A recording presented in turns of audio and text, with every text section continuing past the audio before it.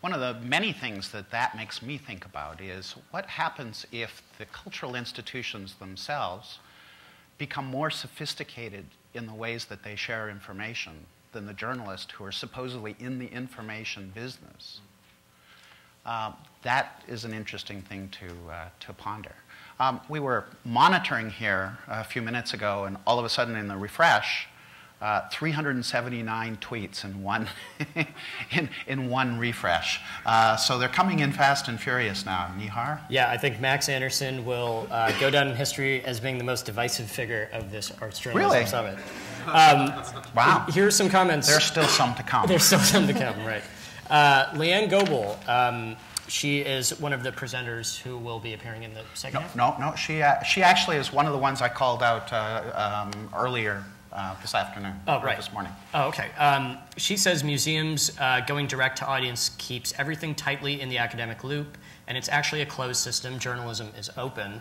And she goes on to say, keeping the critical analysis within the walls of the museum, is that truly critical analysis? And Max Anderson did get a few people defending him. There's a comment from somebody named M. Pekin on Matt Piken, Matt 3-minute egg, yes. 3-minute egg. That some organizations aren't leaving it up to the mainstream journalists and new media to cover them well. So I think that really echoes what Max Anderson was saying, and I think you got some comments too. Right, we have more comments from some of the previous presentations. Howie Shapiro in Philadelphia says, fascinating that our public-supported broadcaster can do more than some commercial media pioneering with new platforms. Jay Handelman asked, what's an aggregator going to have to gather if there's no one left to be writing about the arts?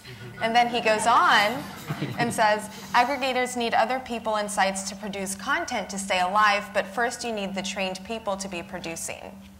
And kind of in general, Susanna S. in Minnesota says, at what point are all of these hats/demands unwieldy for individual journalists producing this new breed of multimedia content? She says they're exciting tools, but I'm just one woman. So, for those working individually. It's the overload factor again. It's the overload factor.